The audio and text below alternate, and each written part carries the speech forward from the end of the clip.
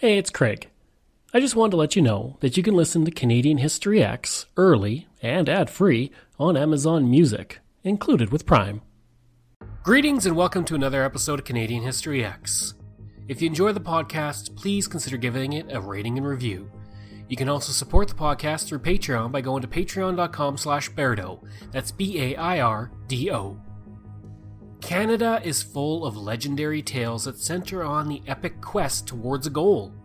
We have the hunt for the Mad Trapper, the March West, the building of the railroad, and, of course, the race against death.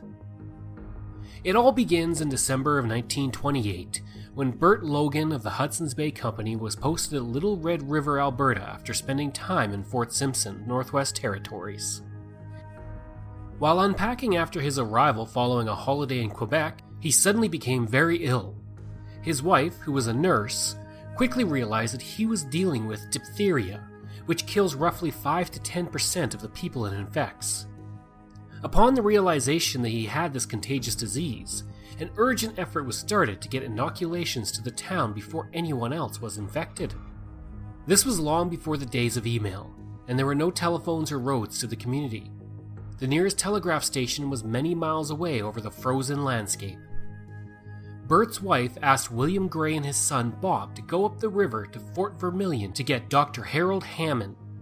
That was a distance of about 120 kilometers for the men to travel, and they immediately set off after testing the ice to make sure it could hold the weight of themselves, their dogs, and supplies.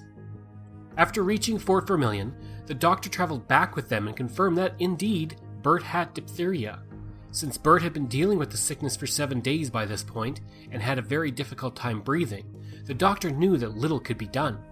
He also knew the importance of getting inoculations to the community immediately to prevent others from getting sick.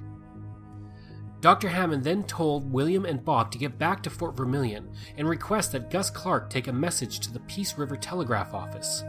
And this was a distance of about 350 kilometers. Upon receiving this message, Gus chose Joe Lafleur and William Lambert to make the journey as they were experienced rivermen.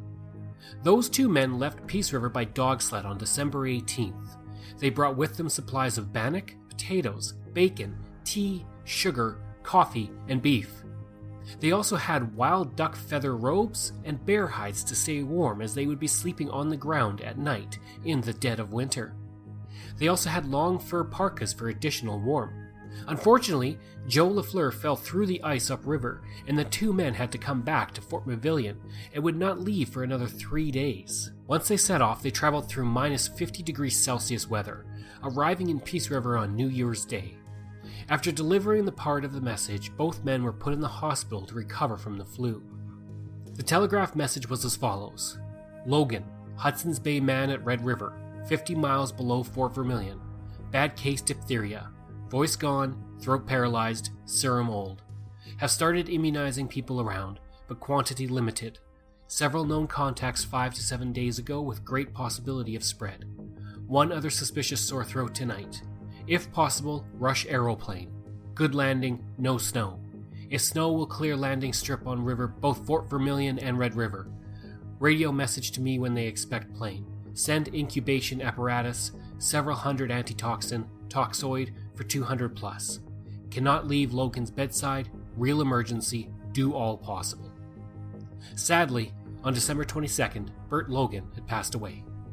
Now, William and Bob had left Fort Vermilion on December 24th to return to Little Red River, but had to turn back after Chinook melted much of the river ice. They set out again on the 26th, and on the trail they met Frances Barossa, who was traveling south with Dr. Hammond, Mrs. Logan, and the body of her husband. Dr. Hammond, Mrs. Logan, and her husband's body were then moved over to the sleigh of William and Bob, and the group turned around and made their way back to Fort Vermilion. Unfortunately, just outside Fort Vermilion, the party was met by a member of the RCMP who told them that they could not enter the community with the body. Bob Gray would later state that it was the only time he ever saw Dr. Hammond angry. The group was forced to leave the body at the Anglican cemetery. Now, with the telegraph message now delivered to Edmonton, Wap May, The legendary First World War I flying ace was asked if he could deliver the medicine, which consisted of 200,000 units. May had just happened to be in Edmonton visiting family. In speaking with the Edmonton Bulletin, George Hoadley, the provincial minister of public health, stated, "With the cooperation of the Hudson's Bay Company and Alberta Provincial Police, everything has been done by radio to assist the airmen should they meet with difficulty in their flight. The department fully supports the concern of the people for these gallant and intrepid airmen who are engaged in this mission and has endeavored to deal with the situation as promptly and as effectively as permitted by all circumstances entering into the situation." Leaving in an Avro Avian with Vic Horner the next day at noon, amid minus 28 Celsius weather, the men followed the Edmonton, Dunvegan, and British Columbia railway tracks north. They then moved along the south shore of the Lesser Slave Lake. As they were flying, they were forced to land when the baggage compartment, which had a charcoal heater in it, caught fire. The serum was stored in there, and they were forced to throw the heater out and place the serum in their pockets, armpits, and groin to keep it warm. After flying for 3 hours that day, the men landed at McClellan, as it was becoming too dark to continue flying. The Edmonton Bulletin reported the following. The overnight stop was made at McClellan, not only to refuel but also for the comfort of both May and Horner, who were suffering from the cold, and could not have continued on to Peace River last night, without first landing and getting warmed up. It was then too late to attempt a landing at Peace, as Wap had had a previous experience here and knew the difficulties of poor visibility. In regards to landing at Peace River, May would later state, "If you people here only fully realize the strain it puts on a flying man to have to try and dodge the steel wires of the government telegraphs crossing the river, and with the railway bridge a mile below, all hemmed in by immense hills, you would get behind a movement to have those steel wires transferred to the bridge." After getting more fuel in Peace River the next day, the two men continued their flight and landed in Fort Vermilion at 3 p.m., just as the group from Little Red River were arriving. The drugs were quickly handed over to Dr. Hammond, and people in Fort Vermilion were inoculated. This was done thanks to a dance that was held that night. When someone entered the dance hall, the RCMP required them to have an injection of the serum. Both Little Red River and Fort Vermilion would receive the inoculations, and the only death would be that of Bert Logan. As for Wap, May, and Horner, they flew back but had to stay in Peace River due to engine damage from using low-quality fuel. Upon arriving in Peace River, Wap would say, "You can tell the world it was a cold trip, boy oh boy. But here we are, and damn glad to get this far. We spent a wonderful evening with Constable McCarthy. He treated us right royally, and as a matter of fact, everybody was nice." In writing about the trip Wap and Horner made, the Bulletin would state, "They risked their lives to save others, and they would do it again just as freely.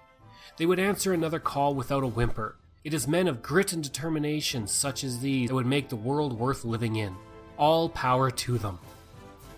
Now the men would not make it back to Edmonton until January 7th. By that point, news of their flight, now called the Race Against Death, had spread across Canada, and both men were welcomed as heroes in Edmonton, with thousands of Edmonton residents waiting for them at the airport. As V, Wap May's wife, would later state, Wap had to taxi the plane to the end of the field because the crowd was rushing the plane, and he was worried somebody would be hurt by the propeller. In all, the flight consisted of 2,000 kilometers over the course of 14 hours.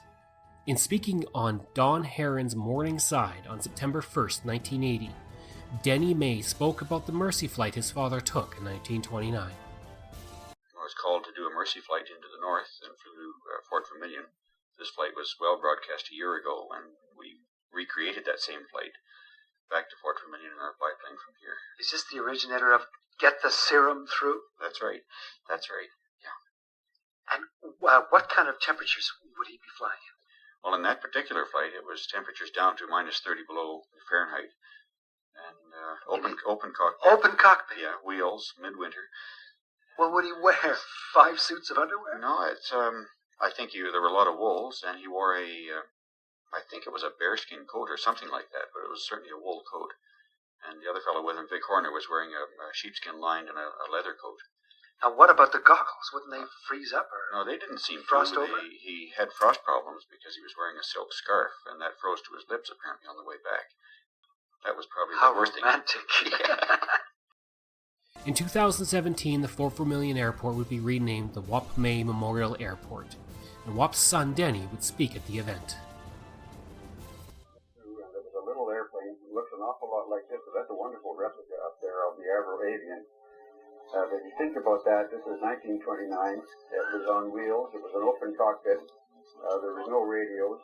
Shortly, this airport will be renamed to the Wapme Memorial Airport in direct recognition of Wilfred Reed Wapme's courageous efforts during his 1929 emergency flight from Edmonton to Fort Vermilion.